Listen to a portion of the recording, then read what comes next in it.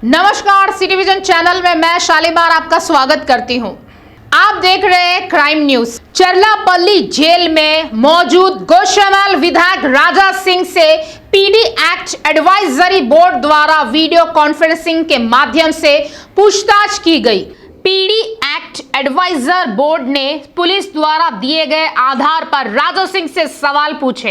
Advisory board के सदस्यों ने राजा सिंह पर लगे 40 से अधिक मामलों के बारे में पूछताछ की। इस मामले में पुलिस द्वारा दिए गए दस्तावेजों की जांच की गई। बता दें कि राजा सिंह की जमानत मामले में पीडी एक्ट बोर्ड की यह जांच अहम है। ज्ञात हो कि विधायक राजा सिंह को पुलिस ने 25 अगस्त को प्रिवेंटिव डिस्टेंस एक्ट के तहत गिरफ्तार कर चरलापल्ली जेल ले जाया गया। तब से वह चरलापल्ली जेल में है। पुलिस ने राजा सिंह को पीडी एक्ट से जुड़ा 32 पेज का दस्तावेज दिया। उन्होंने कहा है कि देश भर में 101 मामले दर्ज किए गए हैं।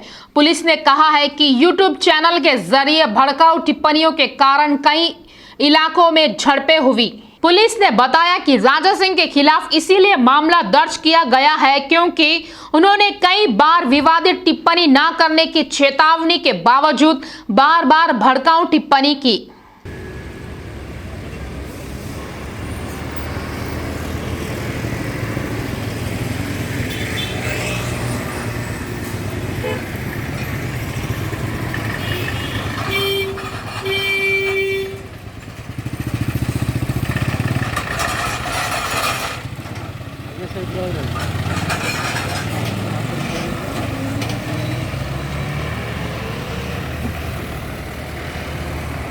ఎందుకు పని కట్టండి రిజల్ట్స్ బాగుండాలి పదాలు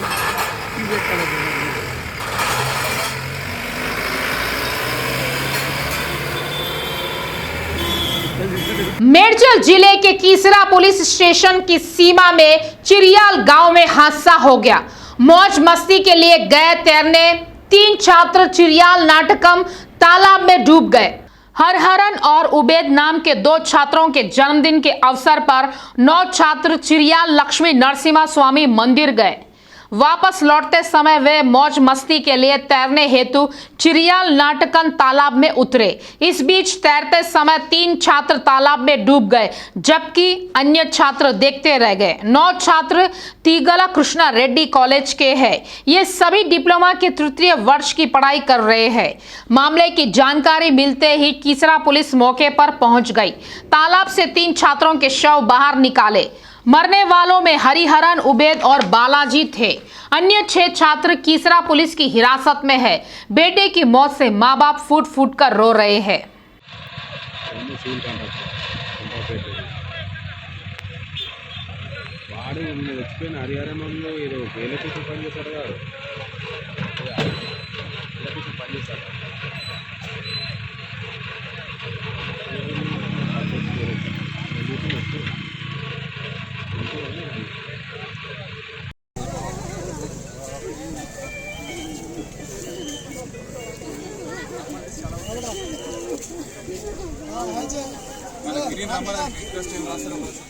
हैदराबाद के कोंडापुर लीफ हॉस्पिटल में भयानक हादसा हो गया।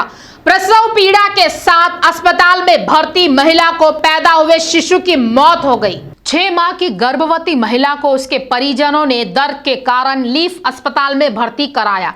गर्भवती महिला का इलाज डॉक्टर की बजाय नर्स ने किया।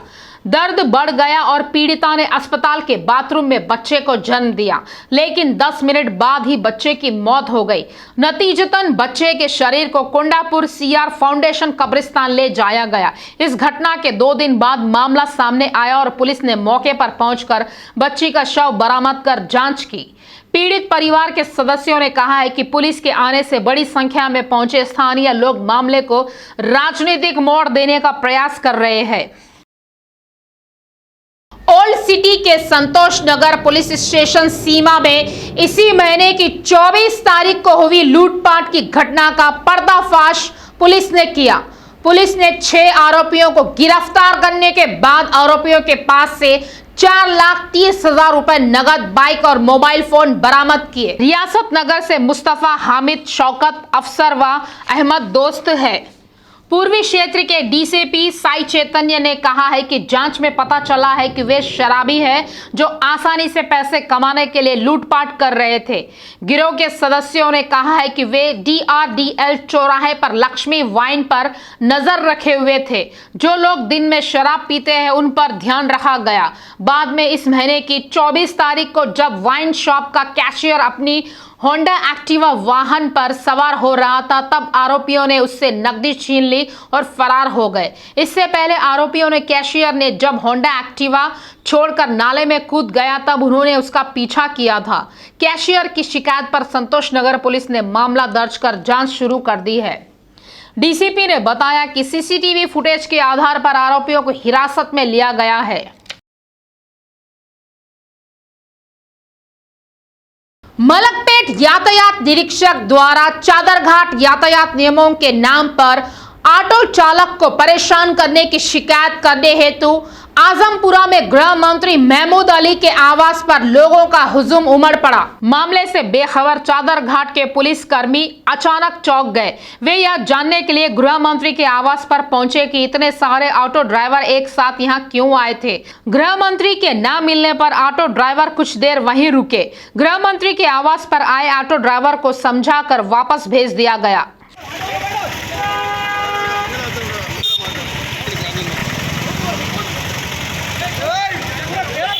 पीएस के लिए चलो, हम बैठ जाएंगे पीएस के लिए। हाँ गाड़ी यार छोड़ना नहीं तो चलानी नहीं। जा पीएस के जा।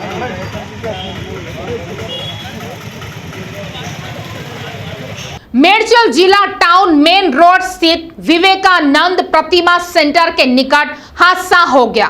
स्कूटी सवार महिला को ट्रक ने टक्कर मार दी। इस हादसे में महिला की मौके पर ही मौत हो गई। मेडचल निवासी प्रिया मोरे सुबह सुबह स्कूटी से काम पर निकली थी। डिवाइडर के पास पर सड़क पार करते समय तेज रफ्तार आई ट्रक ने टक्कर मार दी। इससे प्रिया लॉरी के अगले पहिए के नीचे गिर गई और उसकी मौके पर ही मौत हो गई। प्रारंभिक जांच में मृतक की पहचान प्रिया मोरे के रूप में हुई है। वह रिलायंस कांडला कोया शाखा में कार्यरत थी। दुर्घटना के दृश्य सीसीटीवी फुटेज में रिकॉर्ड हो गए। मेडचल पुलिस ने मामला दर्ज कर जांच शुरू कर दी है।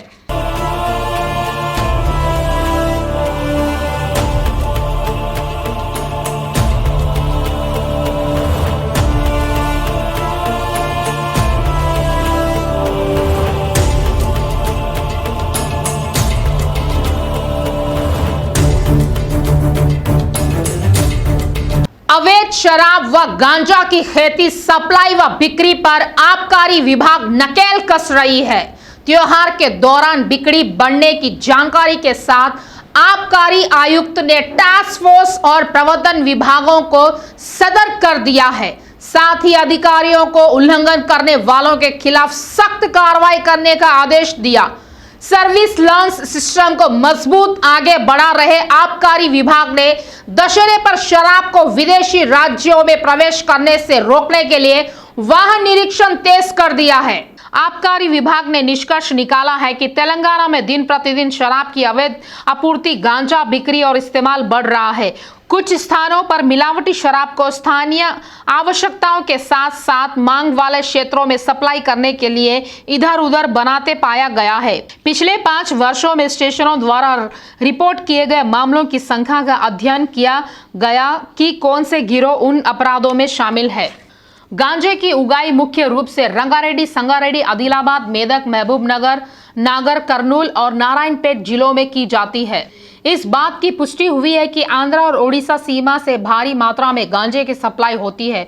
हाल ही में आबकारी विभाग के आयुक्त ने अधिकारियों को आबकारी विभाग द्वारा दर्ज किए गए जब्त प्रकरणों की राशि के आधार पर कार्रवाई करने का निर्देश दिया है। अधिकारियों ने पाया है कि कई गांवों में अवैध रूप से मिलावटी शराब बनाई जा रही है। इसीलिए तलाशी के दौरान सामान की आपूर्ति कहां से हो रही है, इस पर पूछताछ की जा रही है। यह स्पष्ट रूप से निर्देश दिया गया है कि संबंधित आबकारी स्टेशनों के अधिकारी और प्रवर्तन अधिकारी उन पर विशेष ध्यान दें। राज्य में जहां 139 आबकारी पुलिस स्टेशन है, वहीं 16 थानों के क्षेत्र में 60 लोग गांजा की खेती करते बताए जा रहे हैं। विभिन्न क्षेत्रों में किसानों द्वारा उगाए गए पौधों की पहचान करने वाले अधिकारियों ने उनके खिलाफ मामले दर्ज किए। आबकारी विभाग के अधिकारियों ने सरकार से उनके लिए रैतु बंधु योजना का लाभ रोकने की सिफारिश की है। आबकारी पुलिस ने मेडचल आबकारी स्टेशन के भीतर गोवा से 19 कार्टून और कर्नाटक से गदवाल तक 40 कार्टून जब्त किए। यह पाया गया है कि उन्हें दूसरे राज्यों से कम कीमत पर लाया जा रहा है और हमारे राज्य में उच्च कीमतों पर बेचा जा रहा है। आबकारी अधिकारियों ने इस साल जनवरी से अब तक राज्य में करीब 850 मामले दर्ज किए हैं। इनमें से 623 मिलावटी शराब के थे। 612 लोगों को गिरफ्तार किया गया है। शराब पर ड्यूटी नहीं देने के मामले में पिछले 9 महीनों से 59 लोगों को गिरफ्तार किया गया है और 16 वाहनों को सीज किया गया है। 126 लोगों को बैंड ओवर किया गया है। मिलावटी शराब के 26 और ड्रग्स से जुड़े 31 लोगों के खिलाफ पीडी एक्ट के तहत मामला दर्ज किया गया है। दशहरे के दौरान राज्यों के बाहर से शराब की अवैध सप्लाई की भारी संभावना है। इसके मद्देनजर टास्क फोर्स पुलिस और प्रवर्तन अधिकारी सतर्क हो गए हैं। हैदराबाद क्रिकेट एसोसिएशन के खिलाफ एक और मामला दर्ज किया गया है। इस महीने की 25 तारीख को भारत और ऑस्ट्रेलिया के बीच उप्पल स्टेडियम में T20 मैच खेला गया था। एक युवक ने बेगमपेट पुलिस स्टेशन में शिकायत की है कि मैच के टिकटों पर गलत समय लिखा हुआ था। उन्होंने कहा है कि टिकट पर मैच शाम 7:30 पर शुरू होने की जानकारी दर्ज है, लेकिन खेल शाम 7 बजे ही शुरू हुआ। पुलिस ने मामला दर्ज कर लिया है और जांच कर रही है।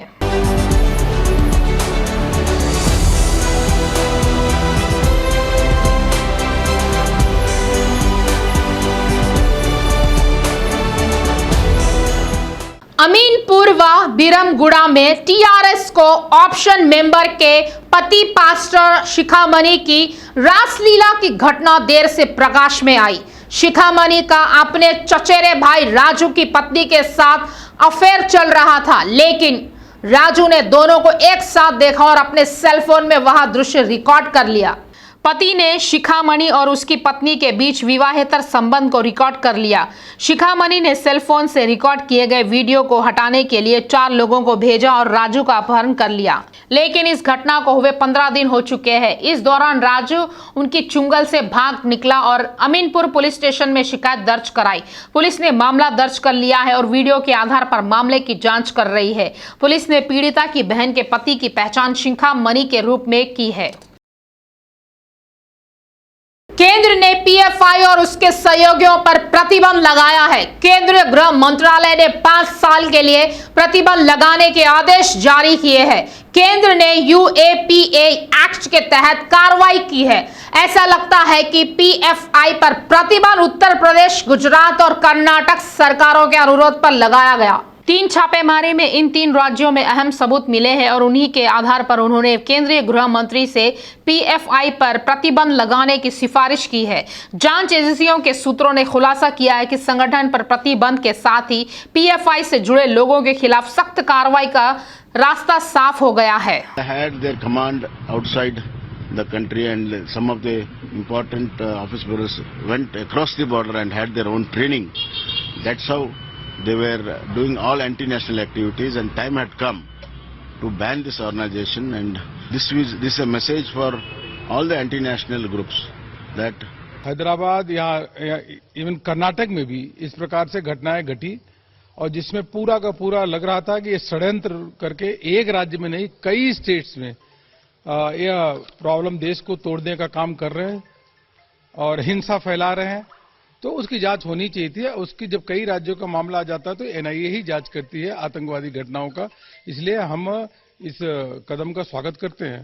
ये जरूरी है कि देश को एक रखने के लिए, अखंड रखने के लिए। टॉलीवुड हीरो और मूवी आर्टिस्ट एसोसिएशन के अध्यक्ष मंचू विष्णु ने साइबर क्राइम पुलिस में शिकायत दर्ज कराई। उन्होंने कहा है कि उन्हें और उनके परिवार के सदस्यों को सोशल मीडिया प्लेटफॉर्म पर ट्रोल किया जा रहा है। उन्होंने साइबर क्राइम पुलिस से ट्रोलिंग के लिए जिम्मेदार लोगों के खिलाफ कार्रवाई करने को कहा। मंचू विष्णु ने खुलासा किया है कि उन्होंने साइबर क्राइम पुलिस से शिकायत की है। विष्णु ने कहा है कि उनकी शिकायत में कुल 18 यूट्यूब चैनलों का जिक्र किया गया है। उन्होंने आरोप लगाया है कि टॉलीवुड का एक हीरो उन्हें ऑफिस से ट्रोल कर रहा है। उन्होंने अपना गुस्सा जाहिर किया है कि उनके परिवार के सदस्यों के खिलाफ पेड कैंपेन किया जा रहा है। उन्होंने याद दिलाया है कि अतीत में पूरी फिल्म इंडस्ट्री एक परिवार की तरह थी। उन्होंने उन्हें ट्रोल करने के लिए एक व्हाट्सएप ऐप ग्रुप बनाने का आरोप लगाया। आमतौर पर ट्रोल्स पर ज्यादा ध्यान नहीं देने वाले विष्णु ने खुलासा किया है कि वह जवाबदेही के लिए केस कर रहे हैं। उन्होंने टिप्पणी की है कि उन्हें वर्तमान में सिने घरों से कोई समस्या नहीं है, लेकिन अगर उनके साथ अन्याय हुआ तो वे बोलने से नहीं हिचकिचाएंगे।